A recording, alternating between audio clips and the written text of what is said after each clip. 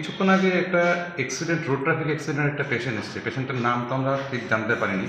ওরা Bishalgarh sub division হাসপাতাল থেকে এসছে। ওরা রেফার করেছে, ওদের কাছে নাকি ফায়ার সার্ভিস নিয়ে এসছে। তো এখন আসার পর আমরা দেখলাম যে মাথার মধ্যে প্রচণ্ড আঘাতজনিত কারণে রুগী আর নেই। অর্থাৎ উনি ব্রড ডেড কন্ডিশন হিসেবে আমাদের হাসপাতালে এসেছেন।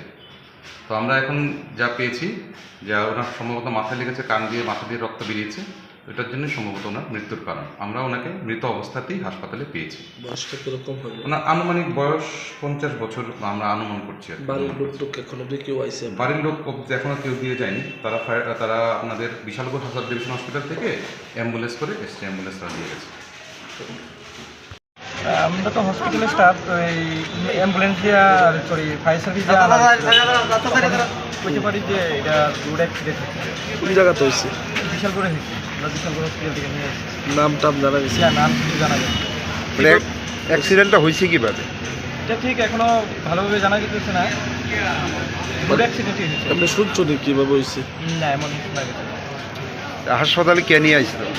হাসপাতালে অ্যাম্বুলেন্স ফায়ার সার্ভিসে নিয়ে আসছে। তখন কি জীবিত আছিল? হ্যাঁ, এখন হয় তখন জীবিত ছিল।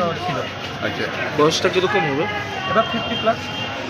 মৃত্যু হয়েছে কোন সময়? আসার পথেই নাকি? আসার পথে মৃত্যু হয়েছে। কোনো বাড়ির লোক আইছে? না, বাড়ি